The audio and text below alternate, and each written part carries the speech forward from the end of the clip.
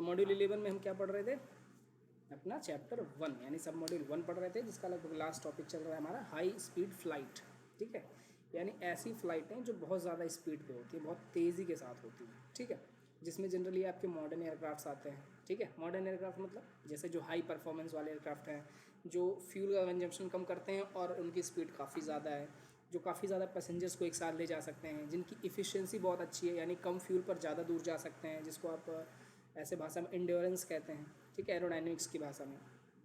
तो इस तरह से ये सारी चीज़ें हम इंक्लूड करते हैं जब हम हाई स्पीड फ़्लाइट की बात करते हैं। ठीक है, लेकिन ऐसे जनरली हाई स्पीड फ़्लाइट जो है ये एक लेवल तक, एक छोटे से लेवल तक ही सिविल मार्केट में यूज़ होती है। ठीक है, स्पेशली ये जो हाई स्पीड फ़्लाइट है, ये स्पेशली जनरली जो यूज़ होता है वो यूज़ होता है आपके मिलिट्री एप्लीकेशंस में। ठीक है, जैसे फाइटर जेट्स हैं या फिर और हॉर्नेट्स हैं, उनमें यूज़ होता है। ठीक है, जो हमारे सिविल मार्केट के लिए यूज़ होता है, इसमें से थोड़ा सा मतलब कि आप कह सकते हो जो शुरुआत का रेंज होता है, क्या कहते हैं इसको, ये सब सारी चीज़ें हम डिस्कस करेंगे, बस आपके समझने के लिए मैं बता दूं, जो शुरुआत का कुछ रेंज होता है उसी का यूज़ होता है सिविल मार्केट में। हालांकि कुछ ऐसे एप्लीकेशंस हुए थे जहां पर इनको यूज़ करने की कोशिश की गई थी और वो बहुत ज़्यादा सफल नहीं हुए, मतलब सक्सेसफुल नहीं हुए सिविल मार्केट के लिए। उसके और भी कारण थे, क्या कारण थे वो भी हम देखेंगे। तो ये सिविल मार्केट से। ठीक है, ये जो हाई स्पीड मतलब जो बहुत तेज़ उड़ते हैं, क्योंकि उससे भी और भी सारी बहुत सारी परेशानियाँ आती हैं, ट्रैफिक कंट्रोल करना और एरोडायनेमिक हीटिंग होना, इस तरह से प्रॉब्लम्स आती हैं। ठीक है, तो हम देखेंगे अभी करके। फिलहाल आप इतना समझिए कि हाई स्पीड फ्लाइट का मतलब सिर्फ इतना नहीं होता है कि वो बहुत तेज़ से उड़े। हाई स्पीड फ्लाइट का मतलब ये भी होता है कि वो जब तेज़ी से उड़े तो उसका परफॉर्मेंस अच्छा हो, वो फ्यूल कंजम्पशन कम करे, लिफ्ट ज़्यादा प्रोड्यूस करे एज कम्पेयर टू इसको।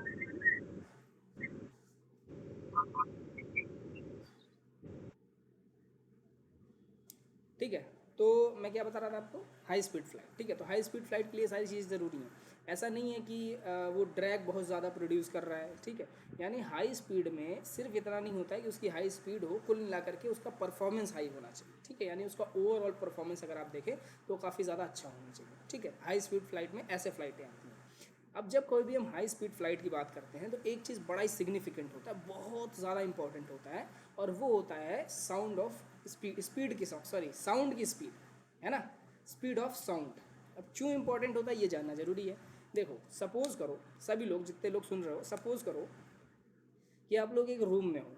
ठीक है, ऐसे रूम में हो जिसमें कुछ भी नहीं है, पूरी तरह से खाली है, और अभी आप रूम में इंटर नहीं कर रहे हो तो पूरी तरह से वो खाली है। अब मैंने क्या किया, उस रूम के अंदर छोटे छोटे बॉल्स डाल दिए, पूरे रूम के फ्लोर्स पर छोटे छोटे छोटे छोटे छोटे बहुत ढेर सारे बॉल्स डाल दिए। ठीक है, अब आप जैसे ही रूम में इंटर करोगे तो आपके पैर से कुछ बॉल्स टकराएंगे, और जैसे ही वो आपके पैर से बॉल्स टकराएंगे वो अपने अगले वाले बॉल को टकरा जाएंगे, है ना। इसी तरह से वो अगले वाले बॉल अपने अगले वाले को टक्कर देंगे।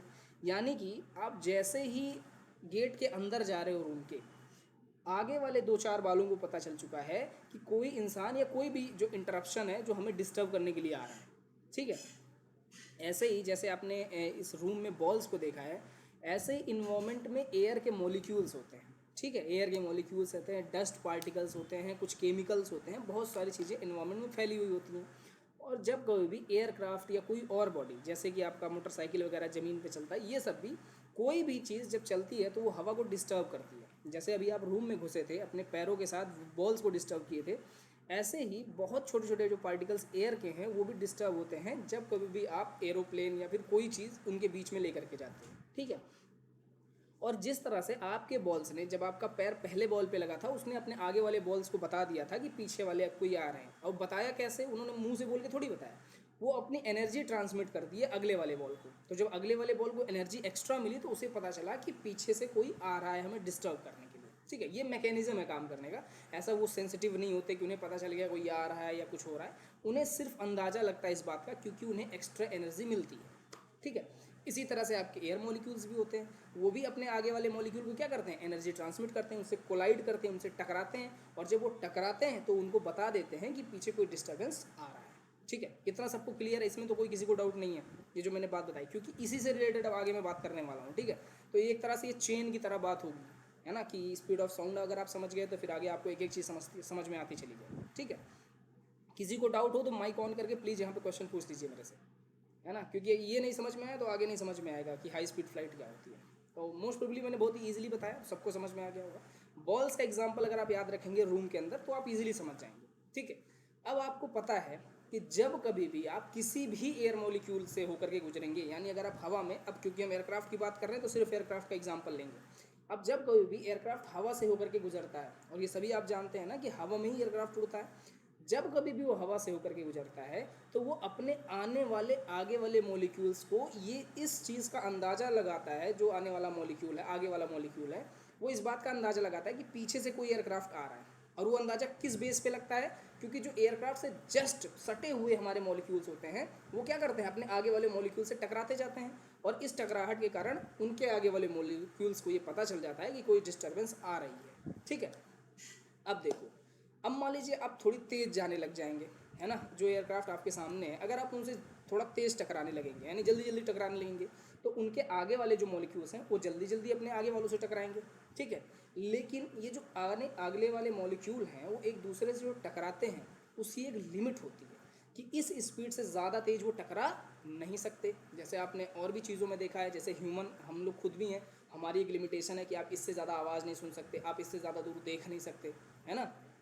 सेम इसी तरह से ये जो एयर मॉलिक्यूल्स को एनर्जी ट्रांसमिट करनी होती है अपने आगे वाले मॉलिक्यूल को, इसकी भी एक लिमिट है, ठीक है। और वो लिमिट बराबर होती है, यानी जो स्पीड है उनकी एक दूसरे से टकराने की, ये हमेशा बराबर होती है साउंड ऑफ स्पीड के, ठीक है, सॉरी, स्पीड ऑफ साउंड के।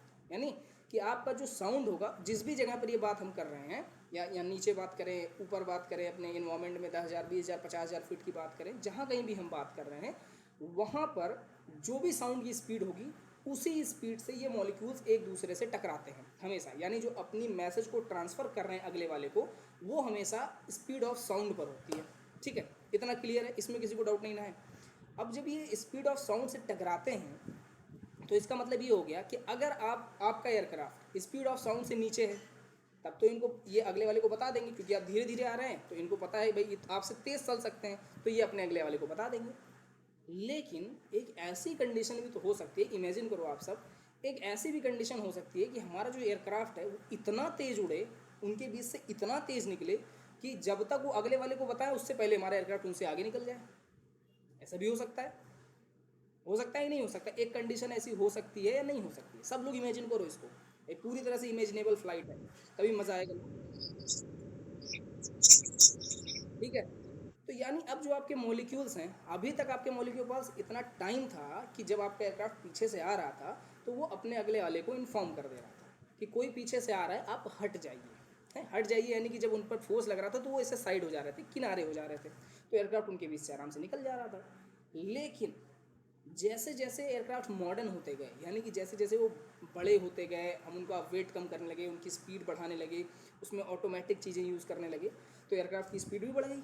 अब जब एयरक्राफ्ट की स्पीड बढ़ी तो धीरे धीरे करके वो बढ़ने लगी, बढ़ते बढ़ते जब तक वो साउंड की स्पीड के करीब तक पहुंच रही थी तब तक तो काम चल रहा था, क्योंकि आगे वाले मॉलिक्यूल को पता चल जा रहा था कि कोई आ रहा है, तो वो सामने से हट जा रहे थे, है ना। एग्जाम्पल के लिए चलिए मैं आपको एक बहुत बड़ी एग्जांपल देता हूँ। मान लीजिए कि आप सभी लोग अपने कॉलेज में खड़े हैं प्रेयर करने के लिए, ठीक है, ऐसे लाइन से खड़े हुए हैं सभी लोग, एक दूसरे से थोड़ा थोड़ा गैप है सभी के बीच में।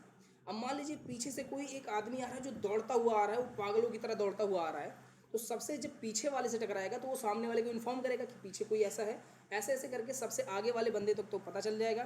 तो जो टकराया एक्चुअल में वो पीछे वाला ही टकराया, बाकी आगे वाले बच गए क्योंकि उनको इन्फॉर्मेशन थी और वो हट गए। तो जैसे ही वो हट गए तो वो आदमी बीच से निकल गया। क्लियर है इतना? इसी तरह से जब कभी भी आपका एयरक्राफ्ट हवा से होकर के गुजरता है तो सेम बिहेवियर आपके एयर मॉलिक्यूल्स का भी होता है, वो भी अपने आगे वाले को इन्फॉर्म करते हैं और वो हट जाते हैं ताकि एयरक्राफ्ट के लिए जगह मिल सके। लेकिन इमेजिन करो वही आदमी जो आपके कॉलेज में लाइन को डिस्टर्ब करने आया था वो इतनी स्पीड से आया कि जब तक आप आगे वाले को बताते तब तक वो सबको ठोकर मार के चला गया था। तो ऐसी कंडीशन में क्या होगा? सारे के सारे बच्चे पाइल अप होना शुरू हो जाएंगे, यानी वो पीछे वाले को धक्का देगा, वो अपने आगे वाले को अपने आगे, और इस तरह से सारे इकट्ठा हो जाएंगे, है ना। और जब सब एक साथ बहुत सारी इकट्ठा हो जाएंगे तो वो क्या करेंगे, जो आदमी अभी तक ढकेल रहा था उसकी स्पीड भले ही बहुत तेज़ थी, क्योंकि बहुत ज़्यादा लोग हो गए तब उनको ढकेल ही नहीं पाएगा, क्या होगा, ड्रैग बहुत ज़्यादा लगेगा, वो अब आगे वाले बच्चों को नहीं ढकेल पाएगा। ठीक है, सबको समझ में आ रहा है? जिसको जहाँ नहीं समझ में आएगा वहीं इन्फॉर्म कर देना मुझे, क्योंकि ये थोड़ा सा है ना, एक बार अगर आप इसको समझ गए तो ये ज़िंदगी भर के लिए, ठीक है। अब क्या होगा, वो जो आदमी था, या इसी तरह से आप एयरक्राफ्ट पे आ जाओ भाई। एयरक्राफ्ट जब तक ऐसे स्पीड से चल रहा था कि मॉलिक्यूल्स आगे वाले को बता दे रहे थे कि पीछे एयरक्राफ्ट आ रहा है, तो वो हट जा रहे थे, आसपास अगल बगल हो जा रहे थे। लेकिन जब वो आगे वाले को इन्फॉर्म नहीं कर पाएगा तो एयरक्राफ्ट क्या करेगा, सबको घसीटते हुए लेके निकलने की कोशिश करेगा, है ना, क्योंकि उनको पता ही नहीं है। तो सब अपनी जगह पर खड़े हैं, जैसे ही एयरक्राफ्ट है उसको ठोका, आगे वाले को ठोकर मारा, आगे वाले को ठोकर मारा, और सबको एक साथ पाइल अप कर लिया। एक पाइल अप मतलब इकट्ठा हो गए सारे के सारे। अब एयरक्राफ्ट को पीछे की तरफ, बैक की तरफ, यानी एयरक्राफ्ट जा इधर रहा था और एयरक्राफ्ट को पीछे की तरफ बहुत तेजी से एक फोर्स लग रहा है। क्यों? क्योंकि सारे मॉलिक्यूल्स एक साथ इकट्ठा हो गए। अब एयरक्राफ्ट के लिए मुश्किल हो रहा है कि वो उसको ढकेल पाए। ठीक है, ये कंडीशन होती है हाई स्पीड फ्लाइट की। यानी कि आपके एयरक्राफ्ट की स्पीड इतनी ज़्यादा है कि जो मॉलिक्यूल्स हैं वो अपने आगे वाले मॉलिक्यूल्स को इन्फॉर्म ही नहीं कर पा रहे हैं कि कोई डिस्टर्बेंस आ रही है, और इसलिए वो हट नहीं पाते हैं। और वो हट नहीं पाते हैं तो सारे के सारे मॉलिक्यूल्स सामने की तरफ एयरक्राफ्ट के सामने पाइलअप होने लगते हैं। पाइलअप मतलब इकट्ठा होने लगते हैं, और इसी को कहते हैं शॉक वेव। खत्म। ये जो पाइलेशन है ना, यानी इतने सारे मॉलिक्यूल्स एक साथ इकट्ठा होते हैं तो ये एक बाउंड्री की तरह, एक दीवार की तरह बना लेते हैं, और इसी को बोलते हैं शॉक वेव, है ना। तो यही होता है जब हाई स्पीड फ्लाइट होती है।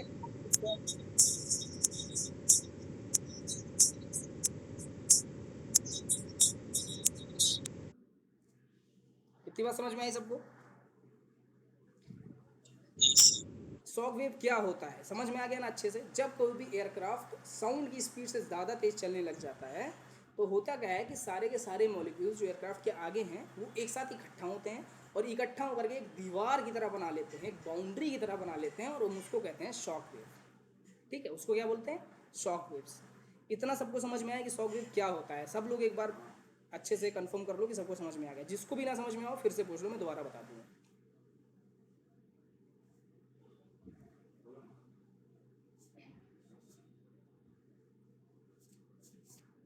यानी सबको समझ में आ गया? चलो वेरी गुड। और ये अगर नहीं समझ में आया ना तो आगे कुछ भी नहीं समझ में आएगा। ये बहुत ही ज़्यादा इंपॉर्टेंट है। ये आपको एरोडायनेमिक्स में भी पढ़ाया गया होगा, लेकिन मैं फिर से पढ़ा रहा हूँ। ठीक। अब देखो, साउंड की स्पीड जो है, अब थोड़ा कॉम्प्लिकेशंस इसमें चालू होंगे। अभी तक मैंने बहुत ईजिली सब कुछ समझा दिया है। अब इसमें कॉम्प्लिकेशंस चालू होंगे। कैसे कॉम्प्लिकेशन? एक्चुअल में जो साउंड की स्पीड होती है ये डिपेंड करता है कि टम्परेचर कितना है। यानी जो साउंड की स्पीड है वो टम्परेचर के डायरेक्टली प्रोपोर्शनल होती है। यानी अगर कहीं पर टम्परेचर ज़्यादा है तो साउंड की स्पीड ज़्यादा होगी, और अगर टम्परेचर कहीं कम है तो साउंड की स्पीड कम होगी। अब आप सभी को पता है कि इन्वायरमेंट में हम जैसे जैसे ऊपर बढ़ते हैं क्या होता है, हमारा टेम्परेचर ड्रॉप करता है। ये सभी को पता होगा, ऑलमोस्ट सब जानते होंगे। टेम्परेचर ड्रॉप करता है यानी कि जैसे जैसे हम ऊपर जाते हैं वैसे वैसे साउंड की स्पीड घटती है। और यहाँ क्या मीनिंग निकला साउंड की स्पीड घटने का? यानी कि ऊपर वाले मॉलिक्यूल्स जो 10,000 20,000 50,000 फीट के ऊपर मॉलिक्यूल्स हैं वो अपने सामने वाले को धीरे धीरे इन्फॉर्मेशन देते हैं, यानी उनकी स्पीड कम हो जाती है एज़ कम्पेयर टू जो नॉर्मल एटमॉस्फेयर में होते हैं, नीचे होते हैं। समझ में आया? तो यानी कि ऊपर की बात करें, अगर हम थोड़ी हाइट की बात करें तो वहाँ शॉक वेव जल्दी जनरेट हो जाएगा। क्यों जल्दी जनरेट हो जाएगा? क्योंकि वहाँ साउंड की स्पीड ही कम है, और अगर साउंड की स्पीड वहाँ कम है तो ये मॉलिक्यूल्स भी एक दूसरे को स्लो स्लो इन्फॉर्मेशन भेजेंगे। तो यानी अगर नीचे आप बात करें, यानी अगर आप जनरल लेवल की बात करते हैं तो साउंड की स्पीड होती है 761 माइल्स पर आवर। यानी 1 घंटे में साउंड ट्रेवल करता है 761। तो यानी अगर अब नीचे एयर डिस्टर्बेंस हो रहा है तो वो जल्दी जल्दी अपने आगे वाले को बता देगा। लेकिन वही एयर अगर ऊपर चला गया है जहाँ टेम्परेचर कम है तो ये अपने आगे वाले को इतनी जल्दी इन्फॉर्म नहीं कर पाएगा। यानी अगर आप नीचे लेवल पे हैं, 10,000 फीट से नीचे हैं, 8,000 फीट से नीचे हैं, तो आपके शॉक वेव बाद में क्रिएट होंगे। और अगर आप 10,000 20,000 50,000 फीट की ऊंचाई पर हैं तो ये शॉक वेव जल्दी क्रिएट हो जाएंगे। अब ये एक एक्स्ट्रा प्रॉब्लम आ गई। क्यों एक्स्ट्रा प्रॉब्लम आ गई? क्योंकि अब हमें चाहिए कि हमारा स्पीड जो एयरक्राफ्ट का है वो बहुत ज़्यादा हाई रहे। ये हमको चाहिए ही चाहिए कि हमारे एयरक्राफ्ट की स्पीड हाई रहे। और हम देख रहे हैं कि जैसे जैसे हमारे एयरक्राफ्ट की स्पीड बढ़ रही है और हम हाइट भी गेन कर रहे हैं। क्यों हाइट गेन कर रहे हैं? क्योंकि हमें ड्रैग कम लगाना है। ठीक है, ये आपने एरोडायनेमिक्स में पढ़ा होगा कि एयरक्राफ्ट इतनी ऊंचाई पे इसलिए उठते हैं क्योंकि वहाँ ड्रैग कम होता है। ठीक है, as compare to normal environment. तो वहाँ ड्रैग कम होता है, और हम देख रहे हैं कि स्पेशली वहाँ शॉक वेव जनरेट हो जा रहा है जो कि बहुत बड़ा ड्रैग क्रिएट कर रहा है। ठीक है, इसी को इंड्यूस ड्रैग भी कहते हैं। ठीक है, इतना लंबा चौड़ा ड्रैग क्रिएट कर रहा है, तो इससे ज़्यादा अच्छा है कि आप नीचे उड़ो। ठीक है, तो इससे रिलेटेड कुछ टर्म्स हैं जिनको हम अब पढ़ने जा रहे हैं, और उसके बाद फिर हम पढ़ेंगे कि आखिर इनको हम अवॉइड कैसे करते हैं, क्योंकि आप तो देखते ही हैं इतने मॉडर्न एयरक्राफ्ट इतनी ऊंचाई पर इतनी तेज़ी से उड़ते ही हैं, तो आखिर उसका कुछ तो रीज़न होगा, कुछ तो वो लॉजिक यूज़ करते होंगे तभी उड़ रहे हैं, वो रीजन्स हम देखेंगे। और कुछ टर्म्स जो हैं उनको हम डिसाइड करेंगे किसे हाई स्पीड फ्लाइट कहेंगे। आखिर कोई पैरामीटर होना चाहिए ना कि अगर आप इससे तेज़ उड़ोगे तो इसे हाई स्पीड फ्लाइट कहेंगे, या जो कुछ भी है वो पैरामीटर्स भी हम डिस्कस करेंगे। तो सबसे पहले मैं आपको जो इसमें चीज़ पढ़ाऊंगा वो पढ़ाऊंगा मैं मैक नंबर, ठीक है, कि मैक नंबर क्या होता है। तो मैक नंबर का मतलब होता है रेशियो होता है। ये रेशियो का मतलब आप समझते हो, दोनों को डिवाइड करना, ठीक है। किसका किसका रेशियो होता है, तो ये आपके एयरक्राफ्ट की स्पीड का रेशियो होता है आपके साउंड की स्पीड के साथ, यानी जो भी साउंड की स्पीड है उस साउंड की स्पीड के रिस्पेक्ट में आपके एयरक्राफ्ट की कितनी स्पीड है, यानी 1 गुना है, 2 गुना है, 5 गुना है, 10 गुना है, या 0.5 गुना है, इस तरह से हम निकालते हैं। एक तरह से आप कहिए कि हम ये निकाल रहे हैं कि एयरक्राफ्ट का जो स्पीड है वो साउंड के कितने गुना है ना। ये टाइम्स है, अगर आप बहुत जनरल में बात कर रहा हूँ, अगर आपको रेशियो नहीं समझ में आ रहा है कि रेशियो क्या होता है, लेकिन जनरली अगर बात करें तो मैक नंबर कुछ नहीं होता, सिर्फ आपके एयरक्राफ्ट की स्पीड और साउंड की स्पीड का रेशियो होता है। बस सिर्फ याद रखने की ज़रूरत इसमें ये होती है कि जब कभी भी आप मैक नंबर निकालते हैं तो आप उस इन्वायरमेंट में निकालते हैं जहां आपका एयरक्राफ्ट एक्चुअली फ्लाई कर रहा है, ठीक है। जैसे जनरली जो आपके इसकी स्पीड है साउंड की वो 761 MPH है, मैंने पहले बता दिया। लेकिन ये कहाँ पर है, ये नीचे है, यानी सी लेवल की बात हो रही है। ऊपर इतना नहीं होता, ऊपर ये घट जाता है। क्यों घट जाता है, क्योंकि टेम्परेचर घट जाता है। टेम्परेचर घटा तो साउंड की स्पीड घट गई। अब आपके एयरक्राफ्ट की स्पीड तो ज़मीन पर भी उतना ही हो सकता है और हवा में भी उतना ही हो सकता है, तो यानी ऊपर अगर आप जाएंगे तो जल्दी से आप साउंड की स्पीड को पकड़ लेंगे। और आपको पता है जैसे ही आप साउंड की स्पीड को पकड़ेंगे शॉक वेव जो है वो जनरेट होना स्टार्ट हो जाएंगी, ठीक है। ये बात सभी को पता है। तो हम क्या चाहते हैं कि शॉक वेव बाद में जनरेट हो, यानी हम कोई ऐसा तरीका इसमें इन्वेंट करें। पहला तरीका तो ये हो सकता है कि वहाँ ऊपर टेम्परेचर बढ़ा दें, जो कि पॉसिबल नहीं है। कितना टेम्परेचर आप बढ़ाओगे, कितना बड़ा हीटर लगाओगे आप बताओ, ठीक है। ऊपर इतना बड़ा इन्वायरमेंट है तो आप उसके टेम्परेचर को नहीं बढ़ा सकते।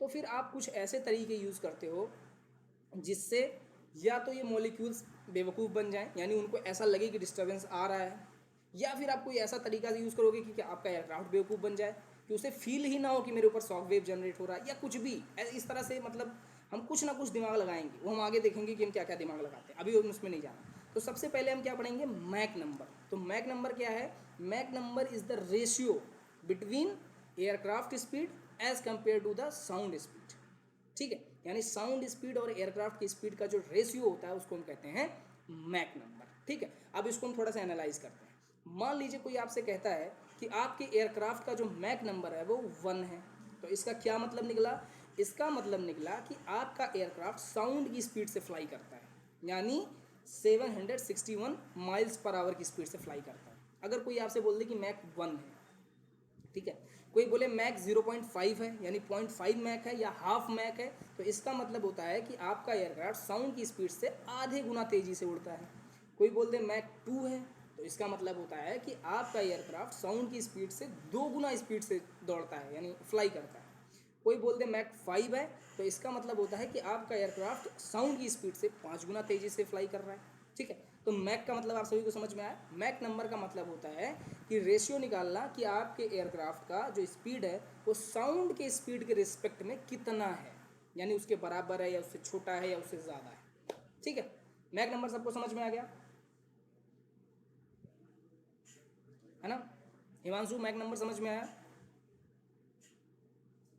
ठीक है। और दिवांश कहाँ है, दिवांश को समझ में आया, दिवांश तो शायद है ही नहीं, छोड़ दिया उसने। तो खैर ये अलग की बात है। तो मैक नंबर आप लोग को समझ में आ गया कि मैक नंबर क्या होता है। अब इस मैक नंबर के हिसाब से हम डिसाइड करेंगे कि हमारी फ़्लाइट है कैसी, हाई स्पीड फ्लाइट है या नहीं। तो उसके लिए हम इस 4 कैटेगरीज में इसको डिवाइड करते हैं, जिसमें से हमें 2 ही पढ़ने हैं, पर हम इसको 4 कैटेगरीज में डिवाइड करते हैं। पहली कैटेगरी का नाम है सबसोनिक फ़्लाइट। सबसोनिक फ़्लाइट का मतलब होता है ऐसी फ़्लाइटें जो ऐसी एयरक्राफ्ट की फ़्लाइटें जो साउंड की स्पीड से नीचे नीचे उड़ती हैं, यानी साउंड की स्पीड को कभी वो पा नहीं सकती। तो ये होता है आपके मैक नंबर बिलो 0.75, ठीक है। यानी 0.75 मैक से कम जितनी भी फ़्लाइटें आपको मिलेंगी, जैसे जो छोटे छोटे एयरक्राफ्ट होते हैं, है ना, उस लगभग इस रेंज में आते हैं, उनको बोला जाता है सबसोनिक फ़्लाइट्स।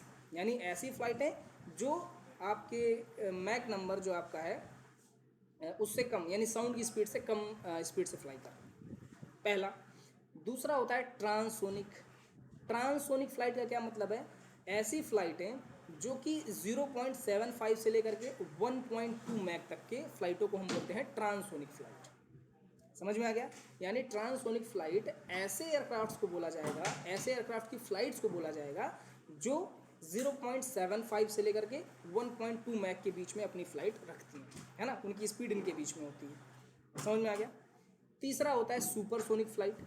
सुपरसोनिक फ्लाइट का मतलब होता है ऐसे एयरक्राफ्ट्स जिनकी स्पीड 1.2 मैक से लेकर के 5 मैक तक की होती है। ठीक है, अब ये 5 मैक बहुत ज़्यादा होता है, जनरली कॉमर्शियल जो एयरक्राफ्ट्स होते हैं इनके कैटेगरी में नहीं आते हैं। ठीक है, कॉमर्शियल एयरक्राफ्ट या तो सबसोनिक होते हैं और या फिर जो हाई परफॉर्मेंस वाले एयरक्राफ्ट होते हैं वो ट्रांससोनिक के रेंज में आते हैं। ठीक है, सबसोनिक ऐसे एयरक्राफ्ट होते हैं जो सुपरसोनिक ऐसे एयरक्राफ्ट होते हैं जो ट्रांससोनिक स्पीड से भी ज़्यादा तेज उड़ते हैं, यानी इनकी स्पीड जो है वो 1.2 से लेकर के 5 मैक के बीच में होती है। ठीक है, और इसके बाद जो अभी प्रैक्टिकली चलता है और जिसमें जनरली मिसाइल वगैरह आती हैं वो होता है हाइपरसोनिक। हाइपरसोनिक का मतलब होता है ऐसे एयरक्राफ्ट, क्योंकि ये मिसाइलें वगैरह भी जो है वो एयरक्राफ्ट की कैटेगरी है ना, क्योंकि ये फ्लाई करती हैं, जो भी चीज़ फ्लाई कर सकती है वो एयरक्राफ्ट है। ठीक है, तो हाइपरसोनिक जो है ये होता है जब आपका कोई भी ऐसा फ्लाइट है जो 5 मैक से भी ऊपर जा रहा है, यानी जो स्पीड ऑफ साउंड है उससे 5 गुना भी ज़्यादा तेज़ से उड़ रहा है, 5 गुना से ज़्यादा अधिक तेज़ से उड़ रहा है। यानी अगर साउंड की स्पीड मान लें हम कि 100 किलोमीटर पर घंटा है, मान लीजिए कि 100 किलोमीटर पर घंटा है, तो आपकी जो फ्लाइट है वो 500 किलोमीटर पर घंटा से ऊपर जब उड़ने लग जाएगी तो उसे कहेंगे हम हाइपरसोनिक। सुपरसोनिक कब कहेंगे? जब आपके साउंड की स्पीड 100 है लेकिन आपका जो फ्लाइट है वो 120 से 500 के बीच में है ना। ट्रांसोनिक कब कहेंगे? जब आपका जो साउंड का स्पीड वो 100 है लेकिन आपके फ्लाइट की स्पीड 75 से लेकर 120 है, और अगर 75 से नीचे है तो उसे बोलेंगे सबसोनिक। ठीक है, तो एक जनरल कॉन्सेप्ट, एक जनरल एग्जांपल मैंने दिया जो आपको जो समझ में आया होगा। ठीक है, समझ में आ गया? ठीक है, अब देखो कुछ बातें हैं जो हमें ध्यान में रखनी चाहिए, डीजीसीए के पॉइंट ऑफ व्यू से बहुत इंपॉर्टेंट है। ठीक है, जो मैंने देखा भी है, बहुत बार ये क्वेश्चन डीजीसीए में पूछे जाते हैं। पहला क्वेश्चन ये पूछा जाता है कि अगर कोई ऐसी फ्लाइट है जो सबसोनिक फ्लाइट कर रही है ना। सबसोनिक का मतलब कि वो हमेशा आपके साउंड की स्पीड से नीचे फ्लाई कर रही है, हमेशा उसका ये कंपलसरी है कि वो हमेशा साउंड की स्पीड से धीरे ही उड़ेगा। ठीक है, तो ऐसे कंडीशंस में एयरक्राफ्ट के किसी भी पार्ट की आप बात करोगे, विंग्स इंक्लूडिंग, उसका फ्यूजलाज इंक्लूडिंग, उसका और भी कोई पार्ट बोलोगे, किसी भी पार्ट पर जितना भी एयर फ्लो होगा वो सारा का सारा सबसोनिक होगा।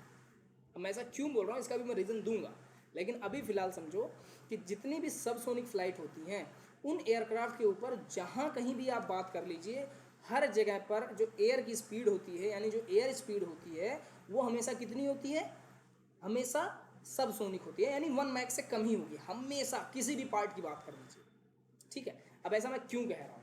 अगर आपको याद हो, आपने थोड़ा सा एरोडायनेमिक्स पढ़ा होगा तो आपको पता होगा कि जितने भी विंग्स बनाए जाते हैं वो कैम्बर्ड बनाए जाते हैं, यानी उसमें कर्वनेस होती है, और उस कर्वनेस की वजह से जब एयर जो है आपका, मान लीजिए एयरक्राफ्ट 500 की स्पीड से उड़ रहा है, तो जब वो विंग्स के ऊपर जाता है ना तो विंग्स के शेप की वजह से वहाँ पर उस एयर की स्पीड बढ़ जाती है। यानी अगर आपका एयरक्राफ्ट 500 किलोमीटर पर घंटे की रफ्तार से भी उड़ रहा है तो आपके विंग के ऊपर जो हवा होगी वो हो सकता है 600 किलोमीटर प्रति घंटे की रफ्तार से उड़ रही हो, 700 भी हो सकती है, 550 हो सकती है, 650 हो सकती है, ये डिपेंड करता है, लेकिन हमेशा आपके एयरक्राफ्ट की स्पीड से ज़्यादा होगा। कहाँ पर? विंग्स पर। क्यों होगा? क्योंकि हमने उसका शेप ऐसा बना रखा है कि उस एयरक्राफ्ट के विंग का, कि उसके ऊपर का जो एयर है उसकी स्पीड बढ़ जाए। और एयर स्पीड क्यों बढ़ा रहे हैं तो ये आपको पता है, जब एयर स्पीड बढ़ेगी तो प्रेशर डिफरेंशियल क्रिएट होगा, जब प्रेशर डिफरेंशियल क्रिएट होगा तो उसमें लिफ्ट जनरेट होगा, और जब वो लिफ्ट जनरेट होगा तब एयरक्राफ्ट उड़ेगा। इतना क्लियर है? किसी को इसमें कोई दिक्कत है, कोई परेशानी है? किसी को भी कोई दिक्कत परेशानी हो तो बेझिझक पूछ लो, क्योंकि ये बहुत इंपॉर्टेंट चीज़ें जो मैं आपको पढ़ा रहा हूँ, दो सब्जेक्ट एक साथ तैयार हो रहा है, मॉड्यूल 11 भी और मॉड्यूल 8 भी। ठीक है, समझ में आ गया इतना? हाई स्पीड फ्लाइट, तो ये पहला कंडीशन था सबसोनिक का। तो क्योंकि सबसोनिक में 0.75 था मैक, बिलो था इसके, तो इसके नीचे है तो अगर बहुत ज़्यादा भी बढ़ जाता है तो 0.995 तक पहुंचता है विंग्स पर भी, उससे ज़्यादा नहीं होता। लेकिन जो अगला रेंज है आपका ट्रांसोनिक, जो ट्रांसोनिक फ्लाइट होते हैं, जो आजकल हर मॉडर्न एयरक्राफ्ट उड़ता है जिसमें, यहाँ पर क्या होता है, यहाँ पर समस्या ये फंस गई कि अगर आपका एयरक्राफ्ट सबसोनिक फ्लाइट में उड़ भी रहा है, मान लो आपने अगर आप 0.9 मैक भी रख रहे हो, 0.95 मैक भी रख रहे हो, तो भी सबसोनिक है ना। वो क्या है, सबसोनिक है, मतलब अभी मैक नंबर पे नहीं पहुंचा है, 1 मैक पे बराबर नहीं पहुंचा है। लेकिन प्रॉब्लम ये हो गई है कि विंग को आपने कर्व कर रखा है, तो अगर आप 9.5 यानी सॉरी 95 0.95 मैक पे उड़ रहे हो, तो आपके विंग्स के ऊपर जो है वो 1 मैक पार हो जाएगा, और जैसे ही 1 मैक पार हुआ तो आपके विंग्स पर क्या बनेगा, शॉक वेव, है ना। और यही तो प्रॉब्लम है, शॉक वेव्स की वजह से हमें बहुत सारा ड्रैग मिलेगा। तो इसके लिए हम आगे तरीके यूज़ करेंगे। लेकिन डीजीसी का क्वेश्चन ये होता है कि सब सोनिक फ्लाइट है तो सारा का सारा एयर फ्लो किसी भी पार्ट की बात करिएगा, सब के सब क्या होंगे, सब सोनिक होंगे। अगर आप ट्रांसोनिक की बात करोगे तो कुछ पार्ट पे सब सोनिक फ्लो मिलेगा और कुछ पार्ट पे सुपर सोनिक फ्लो मिलेगा। सुपर सोनिक का मतलब 1 मैक से अबव, ठीक है, जहाँ पर आपके शॉक वेव्स फॉर्म होते हैं, ठीक है। नेक्स्ट फ्लाइट आपकी जो है वो सुपर सोनिक है। तो सुपर सोनिक फ्लाइट है, इसका मतलब 1.2 मैक से ऊपर ही हो, यानी कि आपके एयरक्राफ्ट पर कहीं भी ऐसा पार्ट आपको नहीं मिलेगा जहां आपको सबसोनिक फ्लो मिल जाए, हर एक पार्ट पे आपको सुपरसोनिक फ्लो मिलेगा, ठीक है। और हाइपरसोनिक हमारे सिलेबस का ही नहीं है क्योंकि वो मिसाइल वगैरह का है, तो उसका इसमें डिस्कशन नहीं दिया हुआ है। तो ये 3 इंपॉर्टेंट क्वेश्चन निकल कर गया है। पहला, सबसोनिक की बात करोगे तो पूरे एयरक्राफ्ट के ऊपर कोई भी आप जगह ले लो, हर जगह सबसोनिक फ्लो होगा। ट्रांसोनिक की बात करोगे तो कहीं पर सबसोनिक होगा और कहीं पर सुपरसोनिक भी हो सकता है, जैसे कि विंग्स, रीजन मैंने बता दिया है। थर्ड है आपका सुपरसोनिक। तो सुपरसोनिक क्योंकि डायरेक्टली 1.2 मैक से ऊपर हो गया, तो आप किसी भी पार्ट की बात करोगे एयरक्राफ्ट के, हर जगह पर वो सुपरसोनिक फ्लो ही आपको देखने को मिलेगा। यानी आपका जो मैक नंबर है एयर फ्लो का, वो किधर भी बात कर लो आप, हर जगह मैक 1 से ज़्यादा होगा, ठीक है। इतनी बात सबको समझ में आ गई, किसी को इसमें कोई प्रॉब्लम है नहीं, वेरी गुड।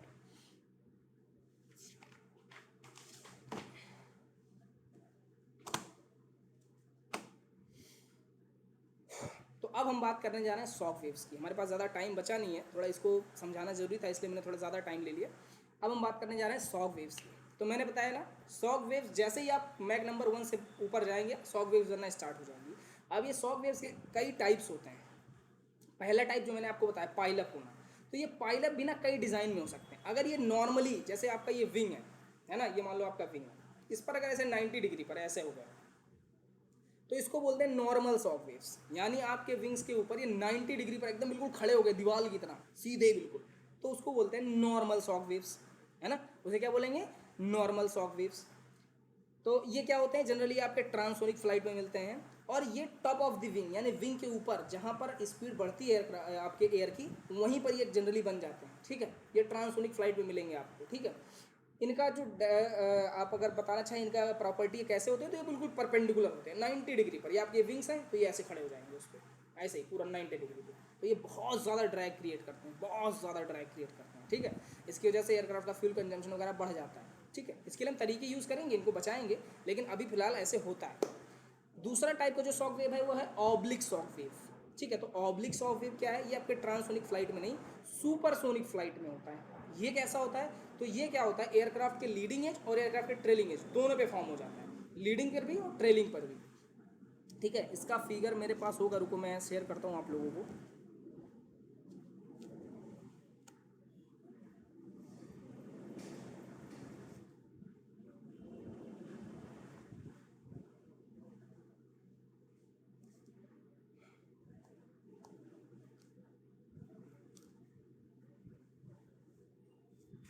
ये देखो, आप सभी को दिख रहा होगा, है ना। इसमें देखो, इसमें ऑब्लिक शॉक वेव दिया हुआ है, ये देखो मैं इसको मार्क कर रहा हूँ। ऑब्लिक शॉक वेव ये है, एक आगे लीडिंग एज पर और दूसरा ट्रेलिंग एज पर। ये दोनों जगहों पर आपको दिख रहा होगा ऑब्लिक शॉक वेव्स। ये लीडिंग एज पर भी बनते हैं और ट्रेलिंग एज पर भी बनते हैं। यहीं पर अगर मैं बात कर लूँ आपके जो मैंने पहले पढ़ा है नॉर्मल शॉक वेव की, तो वो यहाँ कहीं बनता है और बिल्कुल ऐसे ही परपेंडिकुलर होता है, 90 डिग्री पर होगा, बिल्कुल 90 डिग्री पर बना हुआ होगा, ठीक है, यहाँ पर ऐसे 90 डिग्री पर। जबकि आप देख रहे हो ऑब्लिक शॉक वेव्स जो हैं वो 90 डिग्री पर नहीं है, थोड़े तिरछे हैं, पर ये हैं क्या, लीडिंग एज और ट्रेलिंग एज पर। हालांकि इसमें एक प्रॉपर्टी ये होती है इनकी कि ऑब्लिक शॉक वेव्स की जो पीछे की हवा होती है ना, ये थोड़ी स्लो हो जाती है, लेकिन वो फिर भी क्योंकि सुपरसोनिक है ना, तो रहती सुपरसोनिक है, लेकिन पहले वाले के मुकाबले थोड़ा कमज़ोर पड़ जाती है। इसी में एक चीज़ अब आपको और दिख रहा होगा, है ना, ये एक्सपेंशन वेव्स, ठीक है। तो ये भी एक प्रकार के क्या है, शॉक वेव्स ही हैं, ठीक है। इनका काम क्या होता है, ये मतलब बनते कैसे हैं एक्चुअली में, क्या होता है जब बहुत ज़्यादा एयर की स्पीड बढ़ जाती है तो ये कंप्रेसिबल फ्लूइड की तरह काम करता है। एक्चुअल में एयर है भी क्या, फ्लूइड है।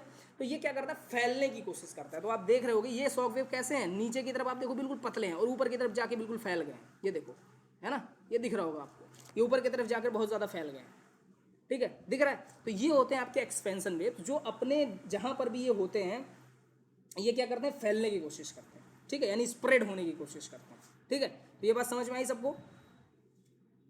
ये 3 प्रकार के शॉक वेव्स जो हैं वो होते हैं जनरली आपके एयरक्राफ्ट, ठीक है, जो आप एक्सपीरियंस करते हैं।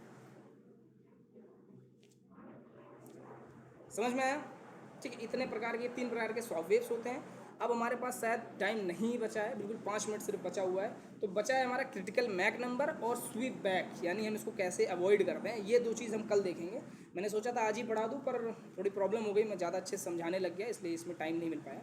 तो हम आज क्या क्या पढ़ें, हमने ये पढ़ा कि सुपरसोनिक फ्लाइट क्या होती है, सबसोनिक फ्लाइट क्या होती है, ट्रांससोनिक फ्लाइट क्या होती है, हाइपरसोनिक फ्लाइट क्या होती है, ठीक है, इनमें डिफरेंस क्या होता है, कहाँ पर एयर फ्लो का क्या प्रॉपर्टी होता है, और शॉक वेव क्या होते हैं और कितने तरह के होते हैं, ठीक है। और हम कैसे पता लगा सकते हैं कि शॉक वेव कब बनता है, या फिर ये सारी चीज़ें, थोड़ा सा इन्वायरमेंट से रिलेटेड चीज़ें, ये सब कुछ हमने इसमें देखा है, ठीक है। तो सबको समझ में आ गया। किसी को अगर कुछ नहीं समझ में आया हो तो अपना माइक खोलो और मेरे से पूछो, किसी को जो कुछ भी ना समझ में आया हो, किसी को भी।